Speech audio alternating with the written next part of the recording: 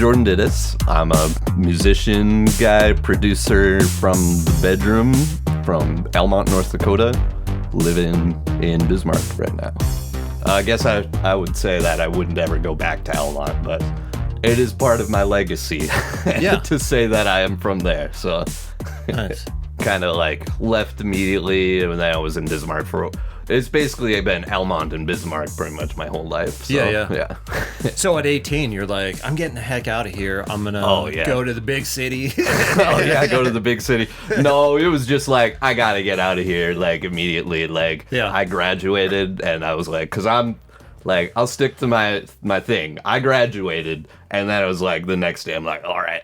Just like that. Yeah, we're just like. So what'd you have, and what'd you pack with you to move? My clothes, my bed, my drum set. Okay. Yeah. GameCube, like a little TV. Yeah. That's pretty much all I had at that time. Pretty minimal. You had a car at the time? Yeah, I had a car at the time. Man, the car that I had when I moved definitely was not my first car. Not your first car. I probably had like 3 cars by the time I graduated high school. Oh, okay. Well, let's start with the first one. All right. So first one was a Dodge Caravan from like 80 something, right? It was white and it had the beaver panels on it, the wood classic look. Yeah, of course.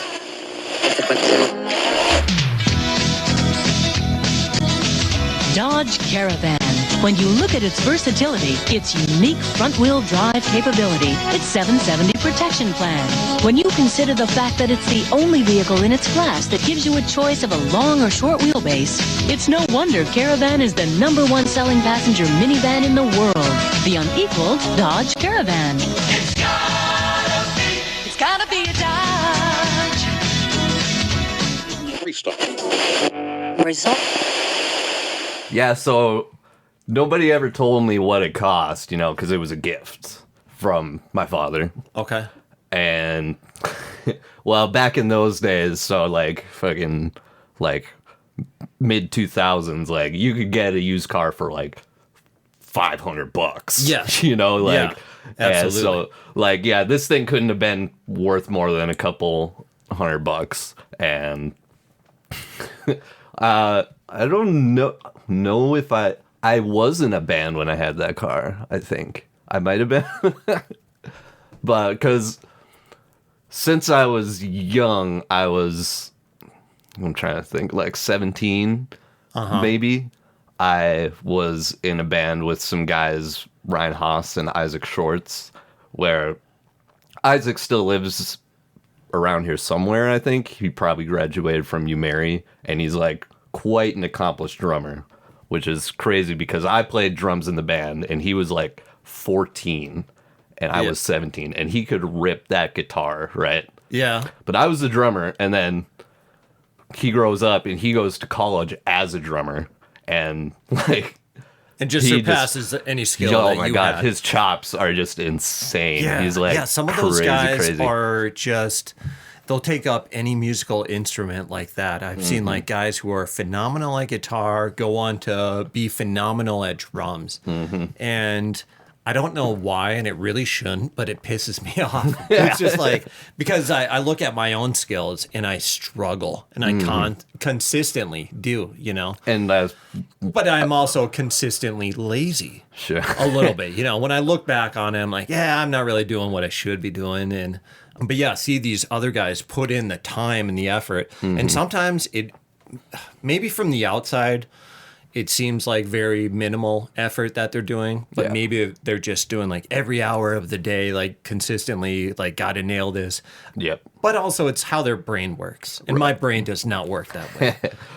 So I guess what I would say is like with practicing an instrument, I feel like you will get to a point where the enjoyment just you reach an enjoyment boost in it, right? In the act of practicing, I mean specifically, right? Because it's almost like I see practice as like akin to like, this isn't like that much of an acrobatic maneuver. I can't do it, but to doing a backflip, right?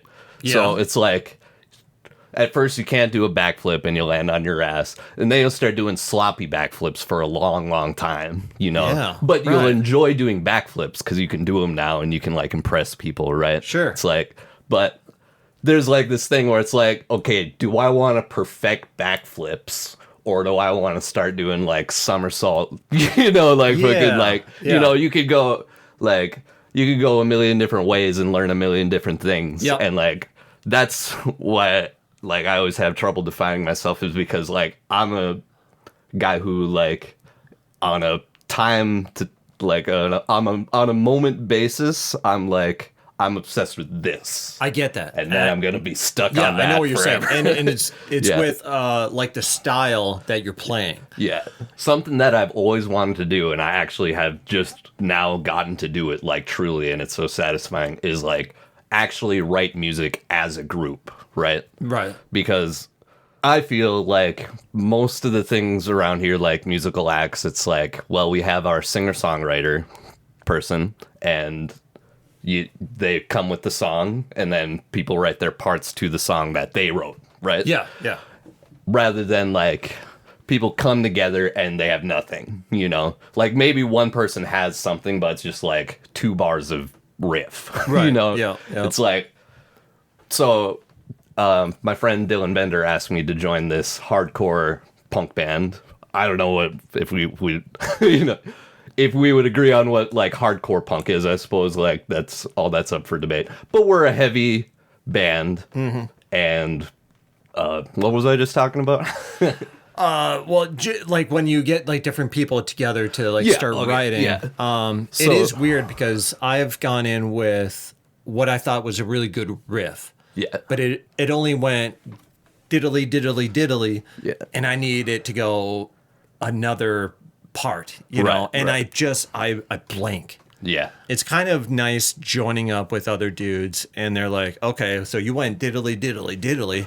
Yeah. And maybe we'll go wang, wang, wang after that, or, you know. Exactly. And it's like, okay, maybe we can try that. Yeah. But sometimes when it's your riff and you bring it up and then it gets changed, you really have to put your ego aside and just be open to what might come of this, too. Yeah. Because even if you only had one riff, that can still be your baby. It'll feel like your baby, you know? Yeah, yeah. And sometimes change is hard.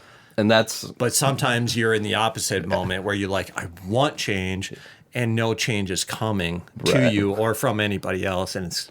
Yeah. Writing is just weird and difficult and sometimes easy. Yeah. And sometimes that whole song will come out like nothing and it's really quick. And you're like, holy shit, this is the best thing we ever wrote. And you know, it only took us 5 minutes. Yeah, yeah. And like that's one of the like, I don't want to say problems, like but one of the things with like the write things completely on your own approach is like you'll bring it in, you'll like have a lot of feelings about it. Yeah. You know, like when we write as a group, it's like since people hardly brought anything, it's like everything's gonna like boom, I slap your shot down, you know. It's and it's like fine, you know, because like I'm not married to the idea. I just was like, what if we went like blah blah blah blah, and then it's like, nah, let's do it this way. I'm like, okay, we'll try it that way, and then I forget, you know. It's like whatever. But then when it comes to like, because I'm also a singer-songwriter, right? And this is the reason why I want to be in that band, is because it's like I like my music is like mine and I cherish it. You know? Right. And like people, like it's hard to even find members for my band because I feel like people know that it's like a thing that like I cherish and it's like mine. Like I don't know. But like I get that. Yeah, you know, to an extent, it's like, yeah, I want it to sound like the way I want it to sound because it's like my baby, you know? And like here, I don't have to like worry about that. I just go and I play drums and I have fun and, you know, and like, to me, like, I'm a fun chaser, you know? It's like, for my singer-songwriting thing, the Dead Horse Club, I've got an album coming out, but it's like, shit, man, I hardly work on it. But that's because I'm having all my fun over here in this other band, you know? And it's just part of my, like, just like part of my soul to not care about not releasing, right? Sure. Like, So this is this is something I really want to talk about. Actually, is like I'm way against rat races, right?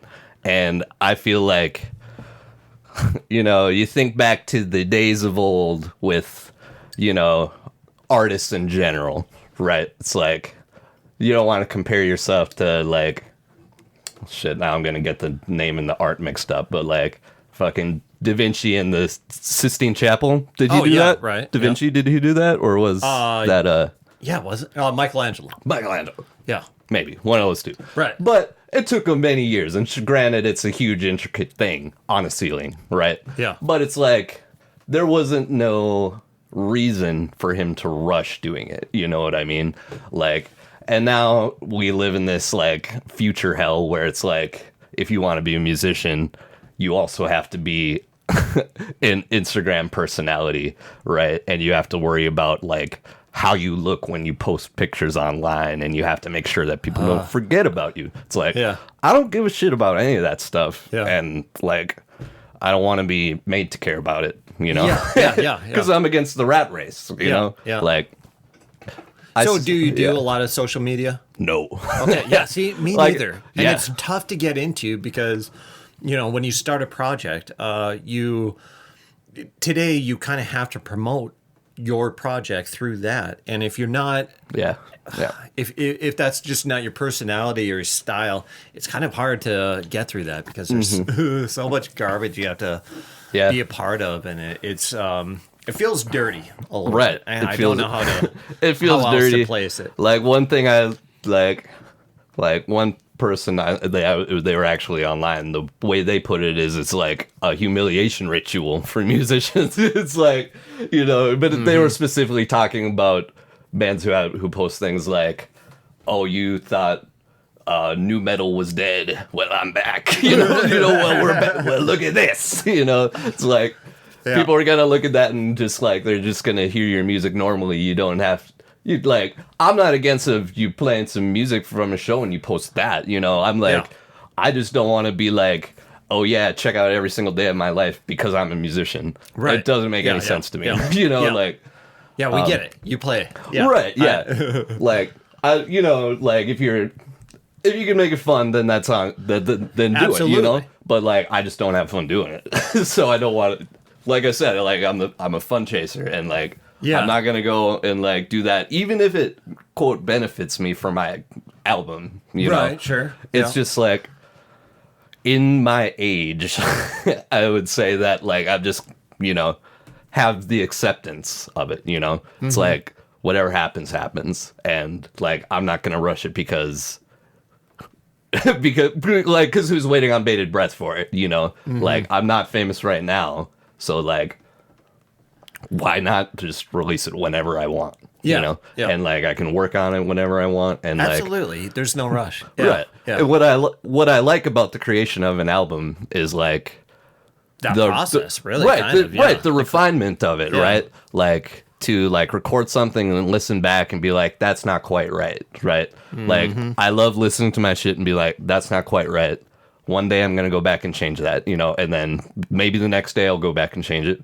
Maybe it'll take 3 months for me to get there, right? Because I'm like playing Magic the Gathering, or which some is shit. Why maybe, in my opinion, I feel like a lot of artists' first albums will be really great because they wrote this at a certain time without the pressure, right? And they had this like group of songs, and then when it comes to that sophomore album, when they have that pressure, the pressure that they put on themselves, that fans put on them, that maybe the label they're under puts on them to get this out, put it out. We need this by next year. Yeah. You're not going to get something so great. I mean, right. There's definitely, certain artists out there who, are just natural writers who, it really doesn't matter what pressure or time constraints they have. They can pump out these songs, but if you're pumping them out, it's kind of less ingenuous. And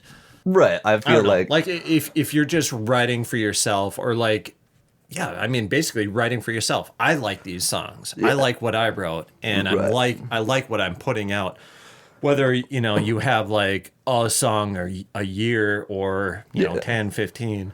Eventually, when you have that first album that you're ready to put out, it's probably going to be pretty fucking good. Yeah. Well, like, I don't know, like, in terms of, like, oh, you need to release something just so people can, like, just so you can have released something, so every so and so often, it's like, I've released plenty of music, and go on farflowers.bandcamp, and it's, like, all there, like, I've got a whole history of shit. Oh, yeah. Right? So Farflowers is, like, what I used to go under, right? It's, like, a psychedelic music sort of thing, right?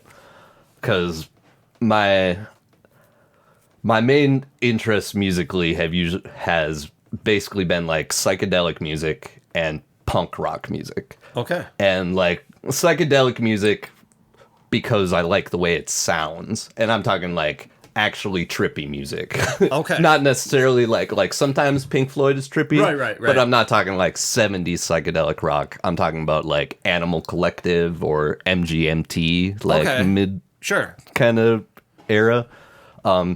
Stuff that's like sounds like you're on hallucinogenic drugs, it's like in reverse, or it's like got a lot of echo. Like, yeah. And like kind of meshing that with punk rock was kind of like my thing, and like it sounds cool. Right. Like, so it's like always been like a tough experiment to do, because it's like, okay, how do you do that? It's because really, like, punk is very straightforward, right? Where psychedelic is almost it's like deep background. It's like that's like the main thing to me, is like psychedelic music like changes so often. It's like the lyrical themes are always like really like, oh, what's he talking about? That's crazy. I never heard you say anything like that, and then like punk music is like, I'm jumping in the dumpster, like I'm fucking like throwing the cocktail, like, and interestingly, I found that like the main way those things intersect for me is like in humor. Which is really weird, but like I found like in all my old stuff, the times where I've been funny, I have been my favorite works, right? Okay. And it's not like I'm like making jokes, for example, but like, but one of my favorite songs that I wrote was called "Meet Me at the Racetrack," and like the first line is like, "Meet me at the racetrack, don't bring none of that baggage. That shit can take a back seat if you got one in your dragster," right? And the part that's so funny about that to me is that dragsters don't have back seats. They're front seat only cars, so you literally can't you have to, you can't take your baggage, or you have to, it's like you're telling you not to bring it, but you're telling me to put it in the back seat and bring the, it's like deliberately confusing, but also it's like heartfelt, right? Because I'm telling you like a friend thing, it's like, come on down. I love lyrics because like they just kind of have those overlapping like sort of associations, and absolutely. Especially when I like, and that's why I love psychedelic music, like I said, the lyrical depth, and like trying to put that into punk for me has been like, oh, if I'm just funny, that people are like, what am I talking about, in the same way. Yeah. So like things that help me realize that are like just other bands who are like funny in that way. Like, do you know the Black Lips at all? The Black Lips, I don't. Yeah. So they're like my favorite punk band, but they are very, again, it's one of those things where it's like, well, what is punk? Like, right. Yeah. Like you could say their music sounds like rock music. It doesn't at all though.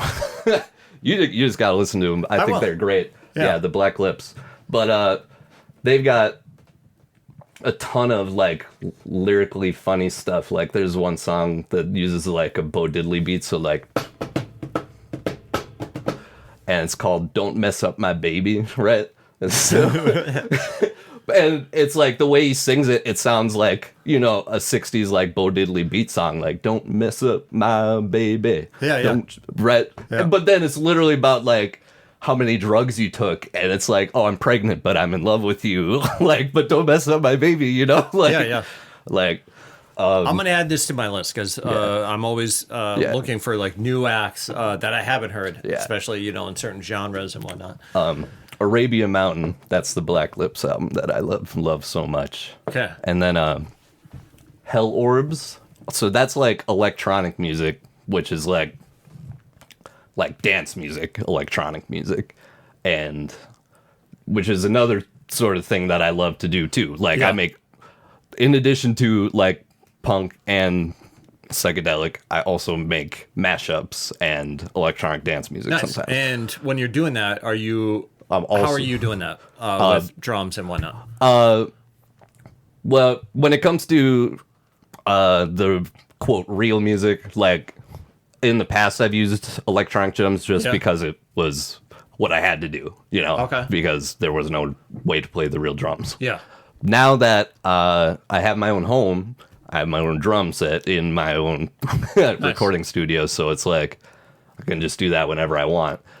Plus, it's like part of my anti-future streak that's like no more fooling with this electronic shit, as far as the real music goes, right? Yeah. Like no more e-drums, like just make it sound like as organic as possible is my philosophy for this side of stuff, right? Yeah. But yeah, I do like Ableton Live is what I work in for both of the things, and that's just got all my tools for freaking electronic music that I could possibly ever ask for. So nice. Yeah, like I don't even know how I got into this producing thing, man. But like, I guess I do, but it's because I really loved lyricism, so I wanted to be a songwriter. But then it's so hard to like form a band when you're some kid from a podunk fucking nowhere, and you make weird core music basically, right? Yeah, you make so it was hard to get anybody to form a band with, and friends when you're young, they're like, yeah, we'll form a band, and nobody ever does. I felt like I was the only guy who ever actually wanted to do it. Yeah. I remember the first thing that I saw that was like, what the hell, was it was the music video for Toxicity. Okay. And I saw John Domain on his huge fucking drum set. Yeah. It's like 10-piece kit, probably more. I haven't watched that video in probably a couple of months because it's awesome. I probably watched it pretty recently. But yeah, he's like on that all white background, and I'm just like, this is blowing my fucking mind. Yeah, I was probably like 12. I don't even know. I was just like a little baby sitting on the couch. Yeah. Dad's sitting right next to me, and we're like, again, just watching TV. And that song comes on. I'm like, what the fuck is that? And then I probably kind of forgot about it, honestly. That was in the 6th grade. I was like, yeah, I want to play the drums. Just kind of like, I didn't even know how serious I was about it at the time. But I started playing that snare drum. And it's crazy because like I was like, you joined up like drumming through school. Yeah. Okay. I was goddamn. Yeah. Back in Almont, 6th grade. And you're like, all right, I'm going to join band. Yeah. And then, and you start with the snare drum. Yeah. And you start. So yeah, my class, I feel like I got to put this into context, but my class in Almont, just got to be like 7 kids in that class, right? Yeah. So, for 6th and maybe it was 5th and 6th, I don't remember. But for like 2 years, I played snare drum just there. Okay. And then I went to New Salem, which is the bigger school where the high school is, They would just send the kids to that band so they could be in a big band. Yeah. And then they would go back to school in Almont, or I would. Yeah. Right. And like... that was like a huge wake-up call because it's like I realized I don't know shit. Like Almont didn't prep me for shit. Yeah, and then like, oh my God. And now suddenly I'm among like all these other like guys, and like turns out it was okay. Those guys weren't that good either. Like, right. Yeah. But yeah, so I continue like on and on, and I'm in like in sports and stuff too, and I suck ass at them. And like there was just this whole time in my life where it's like I'm in sports because I just have always been. My dad wants me to be in sports, so I'm in them. But like one day in basketball, like we were in a game and I was just fucking like, I was up on shit. I don't even remember all these terms because I quit basketball. But like I was up on the sideline, fucking just grasping this ball for dear life. Like didn't know what to do. I just fucking like whip backwards, like fucking throw it at the hoop, whiff it entirely, like miles away. And I hear my dad in the audience, "Good job, Jordy." That's awesome. Yeah, fucking no. Well, yeah.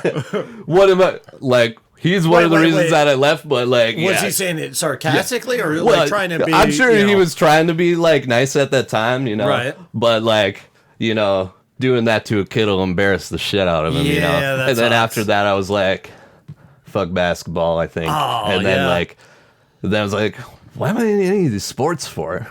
You know, Right, like when I love drumming so much, you know. And So at this point, you realize this doesn't make me happy. right. This was like that was like junior year when I finally quit all the sports and like focused entirely on playing the drums. But like there was also this moment in like ninth grade, maybe it was even earlier, but like, you know, when you kind of don't understand something, but you think you do, you know?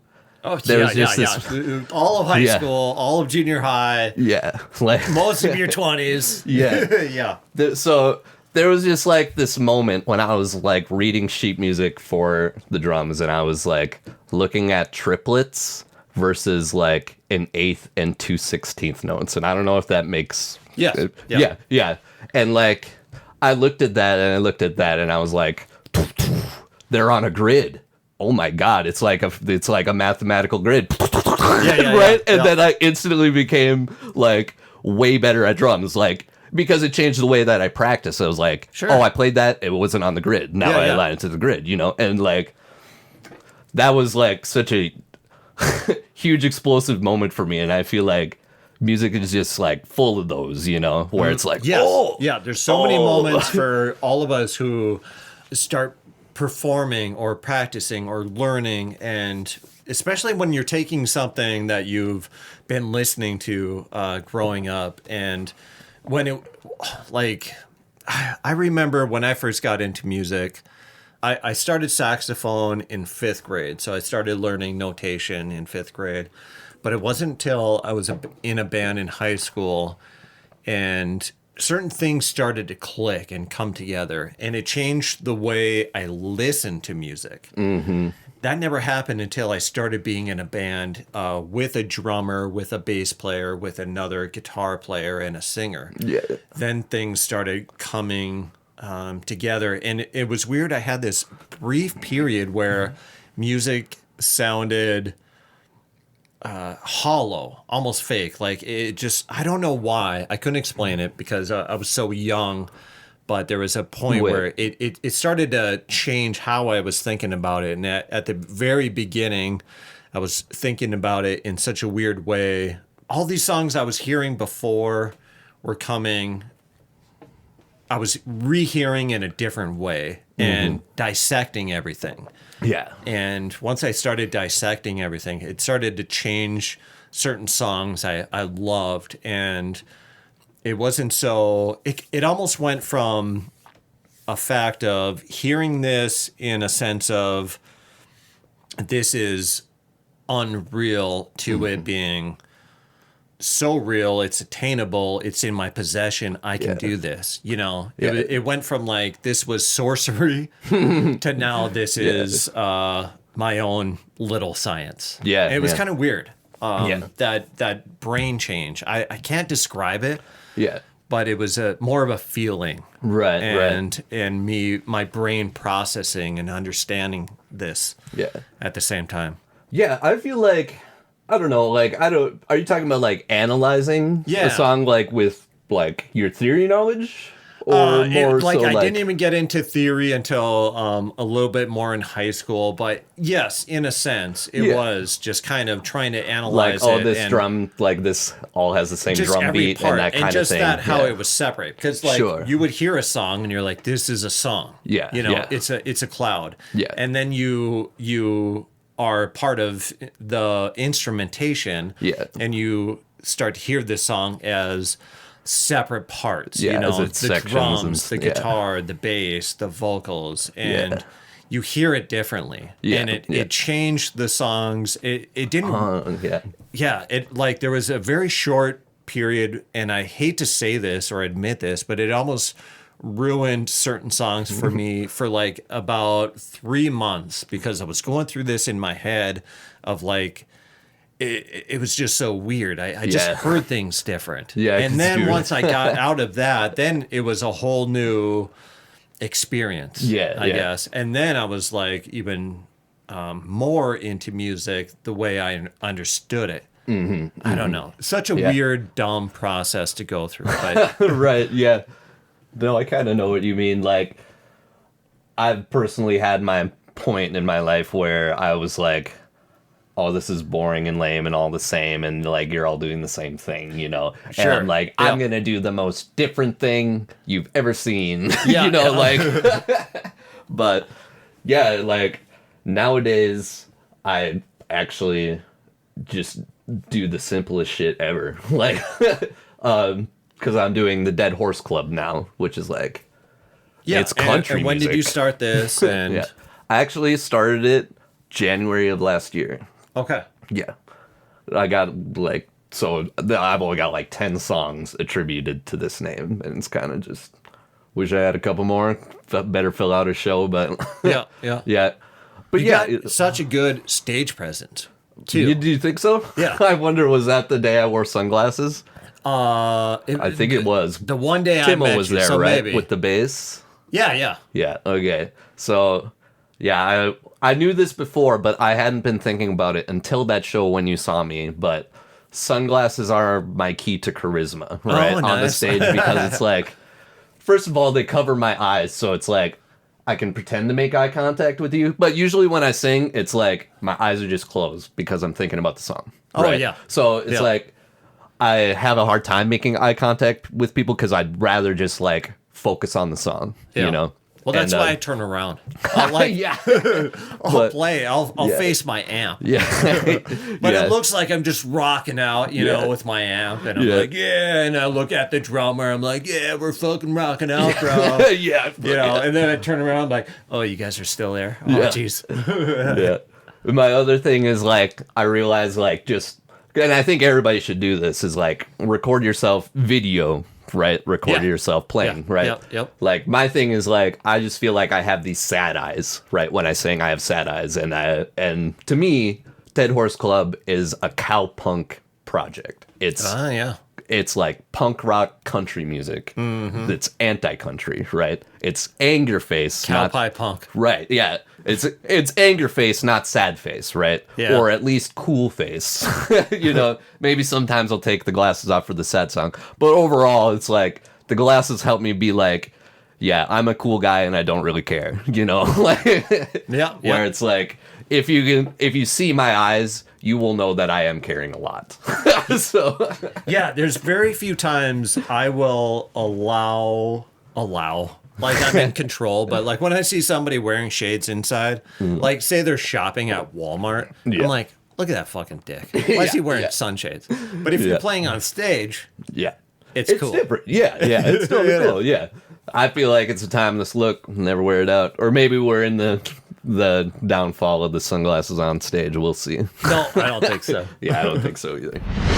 But yeah, it was like actually coming into this project, like I had been like what I would call a creative drought for like almost 5 years, maybe longer. Shit, probably almost a decade, right? Yeah. Like I'd do a thing here and there, like electronic music, but nothing that was ever felt like, oh, this is me, you know? This was like personal and like, this is my art and not just a thing I'm doing for fun, you know? And then Trump got elected and like everybody's spirits super fired up, right? Not like, I'm not trying to say like everybody's in a good mood, but you know, everybody is fired up. That's what I mean to say. Yeah, right. And I'm especially fired up. So like I was, you know, Brian Thompson, the healthcare guy, right? Who got shot by Luigi.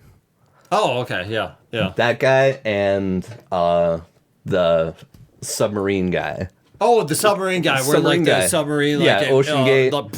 Yeah. Ocean Gate. Yeah. Yeah.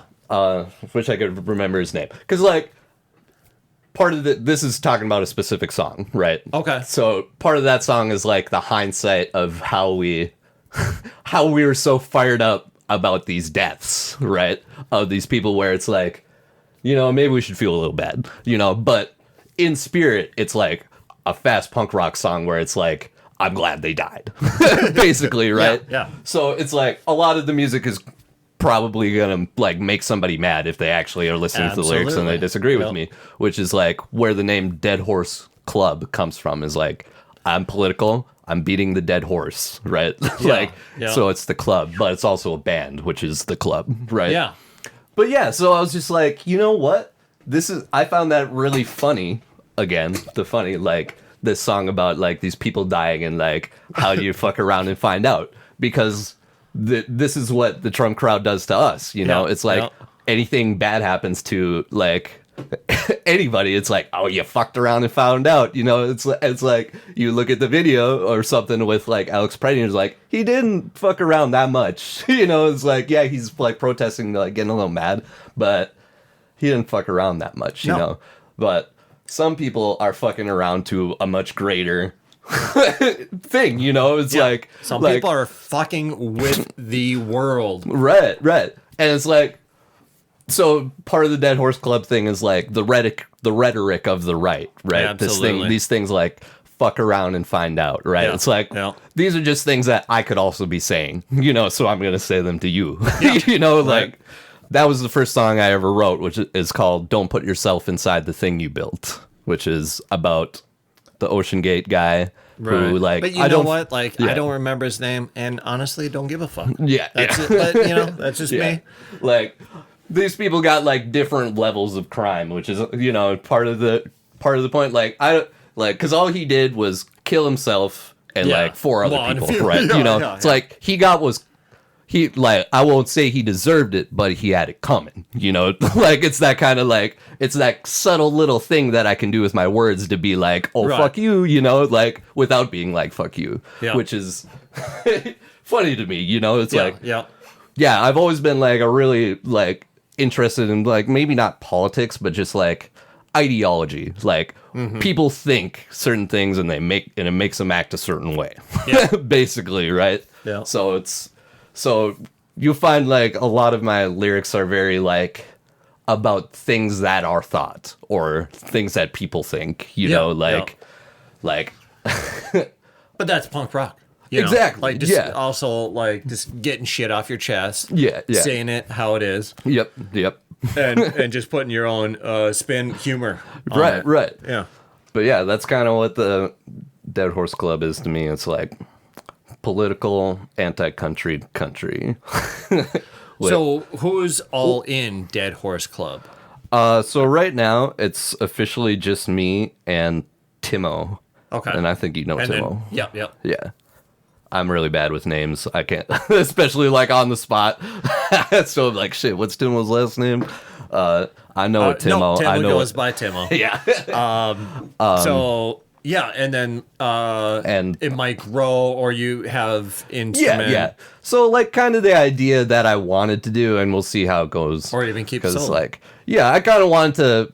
When I started the album, I kind of wanted to have like anybody be on it. Oh, you shit, know? yeah. But Okay, then I had the friggin' personal project. This is my baby. And then I like sucked it up for myself. You know, I've got a couple people on it, but like for the most part, it was like I have the skills to lay down the thing that I need on here, right? So the majority of the instrumentation on there is me. Yeah. Except for I've got this guy named Nick, who is cool. He plays violin on one song. Nice. My friend and boss Scott hooked me up with that guy just to get some violin on the song, and it just fucking changed it completely. It just took it to the next fucking level. Oh yeah. So that was great, and I got Richard on some songs. Oh yeah. I got him Lowen? on one song for right now, and I got Gus on one song for right now too. Okay. Gus doing like keyboard. Yeah, he's doing keyboard, and Richard do some backing vocals. Cool. And I wanted him to come up back and do some more. But it's really just me. I'm just putting everything on the back burner because I'm just like, not fun for me right now. Come meet me back in like a couple months, you know, back when I'm on unemployment and I got nothing else to do but finish this fucking thing, you know? Yeah,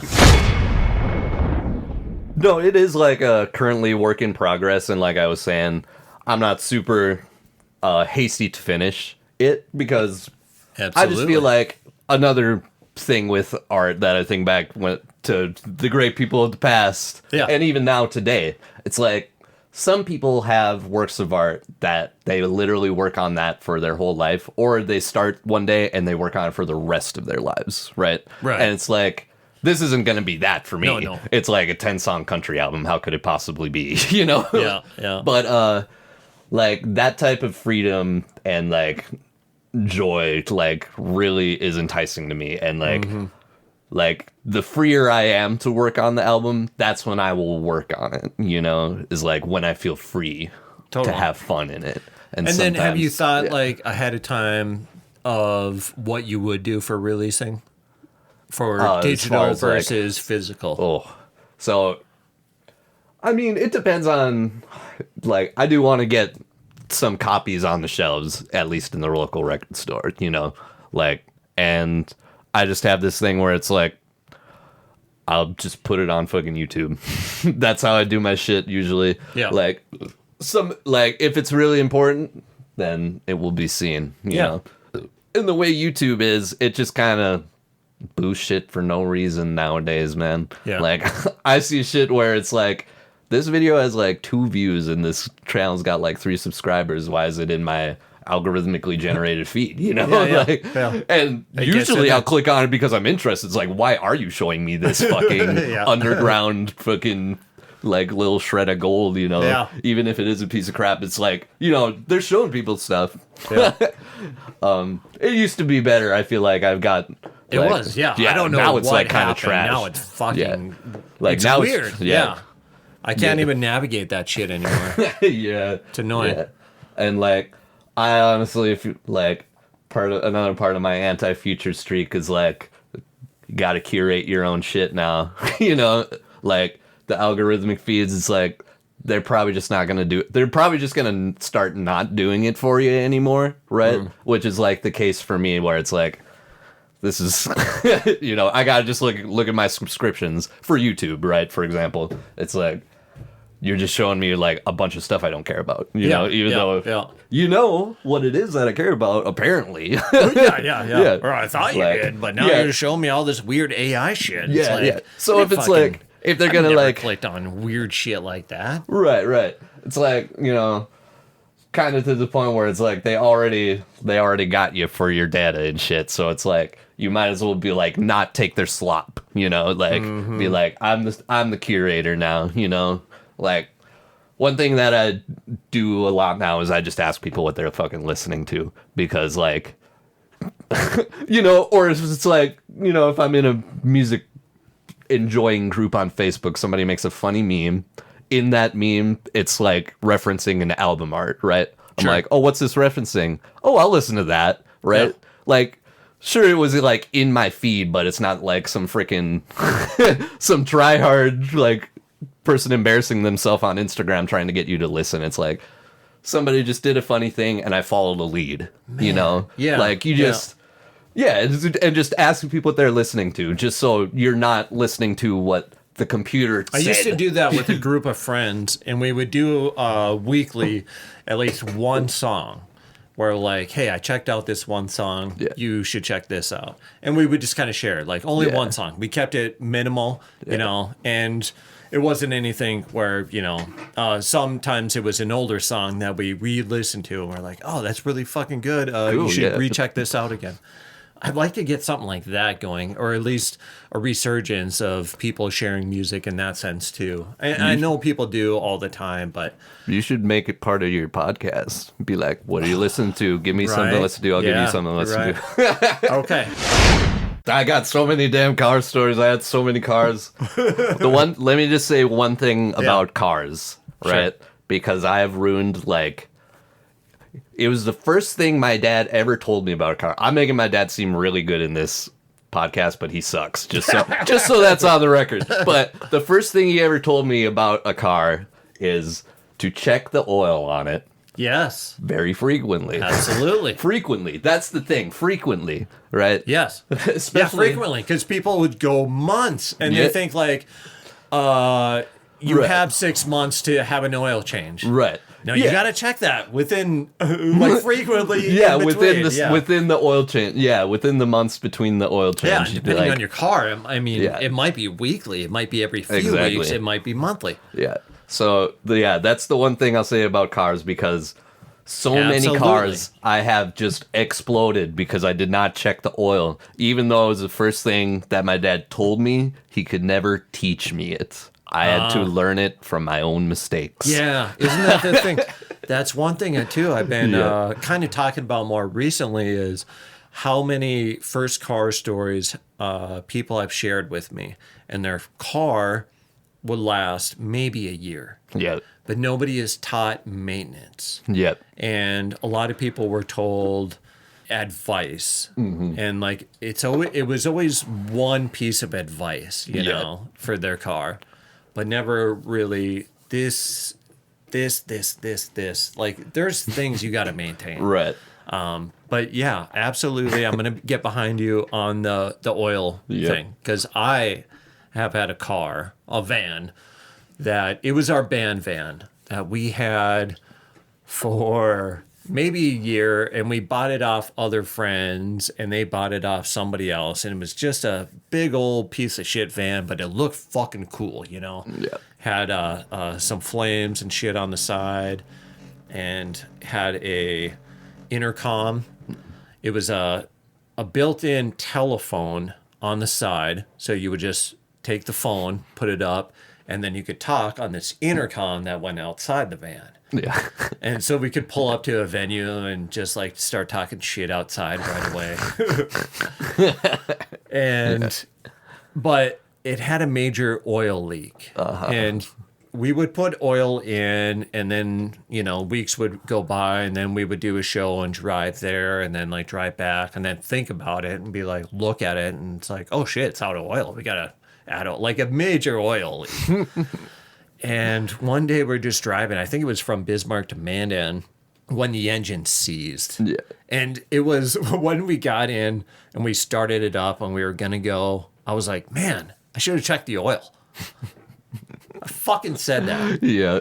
And then we get on the interstate. We didn't get too far before it fucking and Yep. stopped, and we pull over and we're like, God damn it. Looked at it, didn't know what the hell's going on. Wasn't until we got it into the shop and they told us the engine seized. And I'm still like, well, what can you do about it? And they're like, Yeah. fucking nothing. That's the thing that they don't tell you is like, well, if something goes wrong with my oil and not checking it, can I just get it fixed? No. No. You can't. The Yeah. car is gone forever. Yeah. And then you have to get a Forever. new one. Yeah. Like, I mean, unless you want to keep the whole body and like really change out the engine, but god damn it. For Right. the price of this piece of shit, yeah. Right. No, it's not worth it.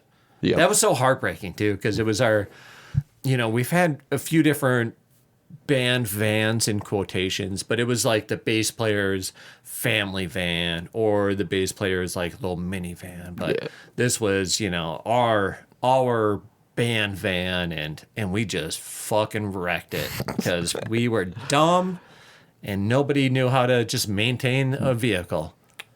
But of course, like if it's not anybody's own personal vehicle, yeah. it was like all of ours. So nobody's Yeah. really going to give that much attention and their own time. Yeah, that's what band managers are for. They'll check the oil. Yeah. Like one of my hobbies that I'll at a time like sink months into and never do anything else is designing board games, right? Oh, yeah. So that's like where this idea of find the fun comes from anyway, is what like got this seed in my head, is like if you're designing a game and it's like, oh, I have this great idea about it, like there's gonna be blah blah blah and they're gonna interact with it like this. It's like if none of that's fun, then who gives a fuck? You know? Right. But you have this one thing that you haven't been paying attention to and it is fun. It's like follow that lead, like Yeah. and then you get a great product at the end, hopefully, you know. Hopefully, right? Yeah. For, you know, it's not something I'm like super serious about doing, but it's just like I'm just like tangentially interested in a million things, and I'll just follow that thread forever, you know, until I'm like, and I'm ready for the new thing. Back to music. I always come back to music because I've just been doing it for so long. I don't even know if like there could be something in my life where I find it, I'm like, I really, really love this more than anything ever.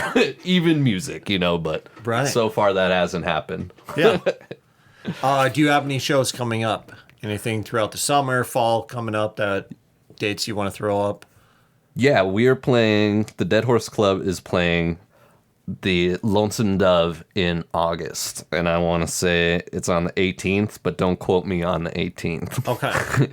Just look for the flyer with Green Boots, Oh, nice. who, in my opinion, they're like Green Boots is going to be playing at Lonesome Dove, with, yeah. and you guys are playing at Yeah, Lonesome Dove. just us two. Yeah. That's weird. Yeah. I gotta say. Yeah, I fucking love Green Boots. They are, in my opinion, like one of the greatest bands to see around here. So if you ever They're a get really a good chance to band. see them, Yeah. go see them because they tear it up. Yeah, totally. Well, fuck yeah. Yeah. And then if you do have the exact dates later, wait, hold on. August 15th or 16th, I think, is a weekend that I'm playing. So are you playing on like At the Lonesome Dove? No. Okay. No, a different place. All right. I don't think they'll ever allow me to play at the Lonesome Dove. Oh. But yeah, if you're playing the 18th, it sounds like that'd be a Wednesday, middle of the week. I think it's know? the 13th. Because Timo, actually, that was the last thing he just texted me. is the date of that show. Okay. So, yeah. And that's also 13. that's Yeah. got to be a Monday, Tuesday, Wednesday. Let's see. August is coming up here. Honestly, it's scaring me because we're doing a bunch of covers and I haven't learned them. Because honestly, I'm just passionate about like writing music and seeing Yeah. it be realized on a recording. As Yeah. far as like my passion project stuff, it's like for shows, I like low pressure environments, you know, Absolutely. where it's like we can just fucking fuck around and have fun and make jokes, you know, and Yeah. like the crowd's just like right there in front of me. We're on the same level, you know. I'm not up on a stage. We're on the same level. That's what I love. I Oh love how my shows God. like Okay, for I was that. just Yeah, talking to my bandmates here. So we're going to be getting back together and doing a reunion of two different bands. One band is reuniting after 20 years oh, at the Eclipse. I like playing on the floor with people who are in my face. I like to feel their Right. sweat, Yeah. their heat, you know, Yeah. and if they grab me or hit me, bump into me and whatnot, and maybe I can, you know, give them a little shoulder rub Right. too, and like my just like when we're just in each other's face, Yeah, that is yeah. so much fun. for me. That's why I like rhythm records too, Yeah, when people yeah. are right up there. For me, it's like part of my lyrics is like I don't want to say I have shock value lyrics, but I feel like when I finally reach the period in my sentence, I feel like some people might be like, "Whoa," you know. And one of my favorite crowd things was like the first time I actually played with the Dead Horse Club name.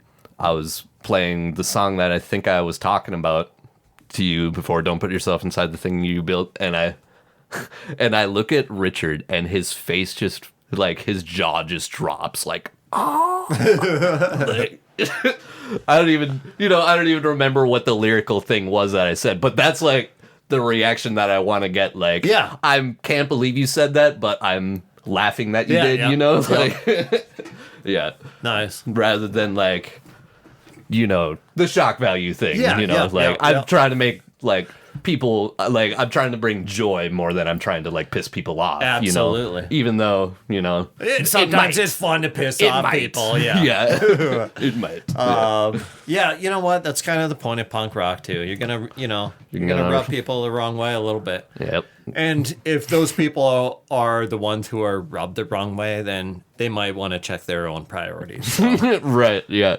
yeah. Yeah. That's another reason why I like the country aspect of too is because Oh, it's yeah, like yeah. it's like You catch a lot of people off guard, I bet. yeah, because it's like you think you're preparing for just like another guitar guy, basically, Yeah, yeah. right? And like that's the one thing I never want to be is like just the guy who like comes up and like sings his little cover of friggin' Ed Sheeran, you know, like Sure, like yeah. I'm not the guitar cover guy, Yeah, you know, yeah. like I go up there and I'm here to do like my artistic thing, you Right, know, right, which is yeah. like, you know, make you laugh, make you cry, like you know, not just be the background noise to your drink, you know Yeah. what I mean? Yeah. And your phone or whatever. Yeah. Yeah. Like, which is another reason why it's like the small venues are so much better is because people are like looking They, at they're you. forced to pay but they're attention like- to you. yeah. Or you're in their face, really. Yeah. And I'm like, I don't get mad when people look at their phone, but like, just like, it's cool to have that level of attentiveness and like intimacy with the crowd. Yeah. Yeah. Absolutely. Yeah. Well, thanks for coming on, man. Yeah, man. All right. Thank you. Just remember, the seat's always open for you, and I'm glad you shared your story. And we will see you in August 13th. Thursday Okay. at the Lonesome Dove. All right. Also, Sweethearts. I'm playing that unannounced at this time though. Okay. So we don't even know if it's happening, but we're trying to make it work. That's why we're in early planning stages, or I shouldn't say we, it's Dylan Bender's thing. So, All right. know. Thanks, man, for coming on. thank you.